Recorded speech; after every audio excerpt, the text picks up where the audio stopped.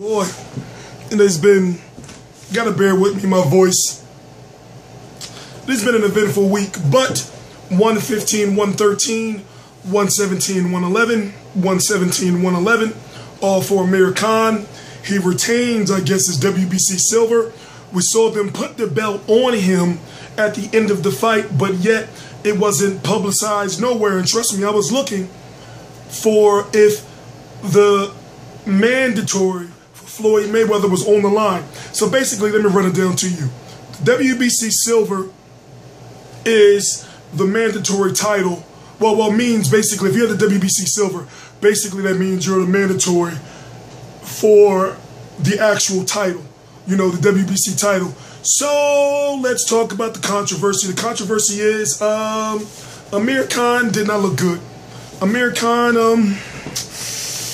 well, you know, he looked better against Devin Alexander, but yet you can't blame it on Amir Khan fully, because you have to say, my God, Chris Algieri looked a lot better than he's looked in his last two fights, where over the course of two fights, against Ruslan Provodnikov, in which he won the WBO 140-pound title in June 14th, of 2014, to whereas he was knocked down twice, but yet he won a controversial decision in a way, but basically majority of the fans felt that he won the fight. Ruslan Provodnikov had trouble cutting off the ring. He was knocked down 6 times by Manny Pacquiao. One of those knockdowns, he put it this way, he was almost close to being knocked out, because it seems as though his will was going a little bit. But Chris Algieri, in my opinion, I ain't gonna lie, I used to be a little bit tough on him, you know, with the avocados and him being a master nutritionist and not making the weight. Highly impressed. New trainer, John David Jackson, is also training Sergey Kovalev. I have an interview with him that I did myself from the Hopkins-Kovalev fight. Go check it out on the channel. I'm impressed. I gotta be perfectly honest with you, because if you look at the post-fight footage that I have, for example, I have the post-fight press conference, but they split it into parts. So each time someone spoke, they had like a 10-15 minute break. So for example, you would have John David Jackson, then 15 minutes after him, you would have Virgil Hunter, then 15 minutes after him, you would have Chris Algieri, then 15 minutes after him, Amir Khan. You get what I'm saying? So I got all that footage uploading to the channel, and it is worth the watch, because you get a lot of information that really is kind of controversial. I'm not going to go into detail, but I'm going to say this. Amir Khan was supposed to destroy, decapitate, outclass, school, stop, knock out Chris Algieri. And what we've learned is Chris Algieri is uncaged. And what we saw Chris Algieri, who with only his 8 KOs was walking Amir Khan down. I'm watching the fight right now. And he was a pressure fighter, to the point where Amir Khan was on his bike. Now, Amir Khan said he had a 14-week training camp, and he looked phenomenal against Devin Alexander. But yet, in this fight, he looked a little slower. You'll hear also during that post-fight press conference I was talking about, he was talking about how Virgil Hunter basically, you know, cursed him out in the back, you know, whatever the case may be, or in the corner, you know, gave him some choice words of, like, basically, look, you're going to lose this fight, you're going to give it away. A lot of people, okay, this is what I noticed. After the fight was over, you know how they do, they had 2 more fights after that, but yet what they did was, all the media had to go back to the media room for the post-fight press conference. So while we all back there, I hear everybody talking about the fight, all the chatter and everything. And some people, some prominent media members, had Chris Algieri winning. But yet, everyone was saying the same thing. It's like, well, we got to go back home and watch the fight. Now, you know, if you're at the arena, you can't, especially if you're media, you can't watch the fight the way that you necessarily wanted to. For example, I was there on the floor at one point in time, but I wanted to go up a little higher so I can be able to look like directly like at the ring below, but then have the big screen right there, because that was after round three or so. I said, oh shit, I'm going to do my post-fight video from the arena because Chris Algieri was doing really well. So I didn't get to do that, of course, because I had to go to the post-fight press conference and it was long as hell. I'm going to say this. I'm impressed by Chris Algieri. Wait till you hear his post-fight, what he was talking about in the post-fight press conference, to the point where he stole the show.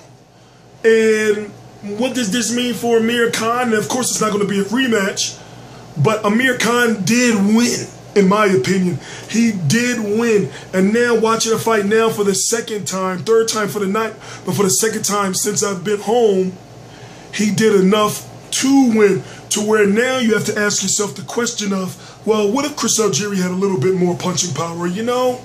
Because he was consistently hitting Amir Khan with consistent right hands. Like I said, now we know a little bit more about Chris Algieri. He's not just some pushover like we thought he was. He's very smart and educated, and bringing on John David Jackson in such a short period of time and seeing what they can do together, I really feel that Chris Algieri has a chance to beat a lot of these guys, man. Now, understand where I'm coming from. Oh, thank you.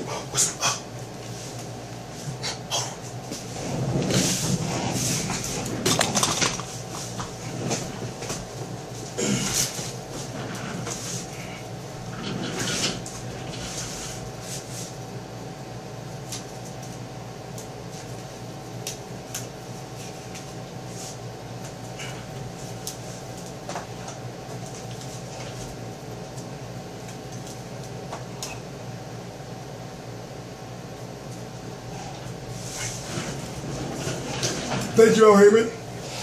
Chris Algieri has a chance to defeat a lot of guys, but like I was saying, I just don't know where Amir Khan goes from here. I just don't know.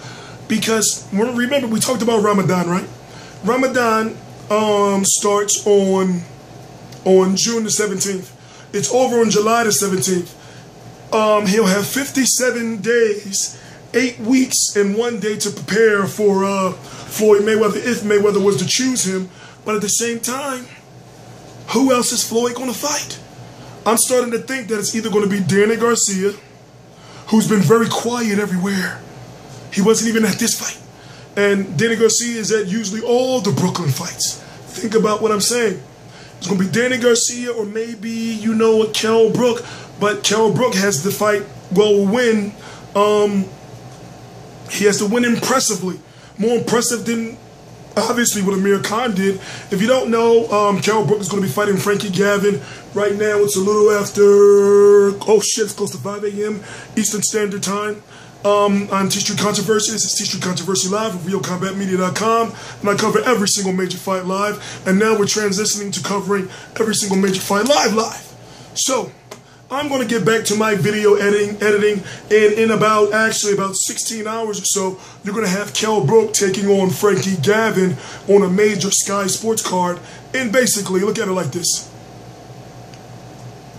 Depending on how Kell Brook wins, even though it is Frankie Gavin, he may have a better chance of fighting Floyd Mayweather than Amir Khan does. Because for one, Floyd Mayweather, even though he dropped the WBO title, if he beats Kell Brook, technically he'll be retiring undisputed champion. Technically, you know, you might as well say we all know the issue you should know why he dropped, or the real reason why he dropped the WBO title is because it's an HBO top rank belt. I shouldn't say any no more should be said than that.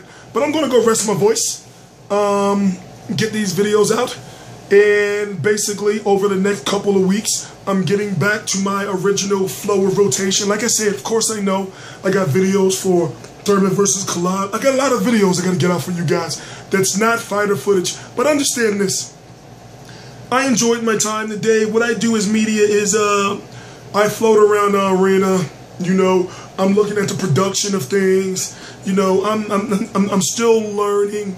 So therefore, understand that We're working out the kinks. People are saying stuff like, T-Street, where are your videos? You changed. You know, we want to see your analysis and your prediction videos. Understand. Remember, the channel is not even a year old yet. I just became a member of the media in November, basically. So just ride with us. Understand that once we get the kinks worked out, once we get the system and the templates and the formats done, I'm going to be doing my videos like I always have. And once I get my voice back, it's curtains. So what we're doing here on T-Street Controversy, T-Street Controversy Live, along with RealCombatMedia.com, we're providing full coverage for every major fight live. So that's the goal. We're not doing all the fights yet, but when it comes to, of course, Khan versus Algieri, Guerrero versus Martinez, Erislandy Lara versus Rodriguez, when it comes to Broner versus Porter, when it comes to Bradley versus Vargas, we have someone at all of those fights. That content will be here on T-Street Controversy and RealCombatMedia.com. Shout out to my partners, my investors. Of course, I'm not going to say your names. I don't know if they want me to say their names, but we'll leave it at that. We got big things planned. So like I said, give us to the end of the year, you know, maybe even sooner, and then you'll see what our real vision is. Please subscribe, T-Street Controversy, T-Street Controversy Live at RealCombatMedia.com. Follow me on Twitter, follow me on Facebook, because I cover every single goddamn major fight live, and I'm going to get back and go upload and edit some videos. Please subscribe.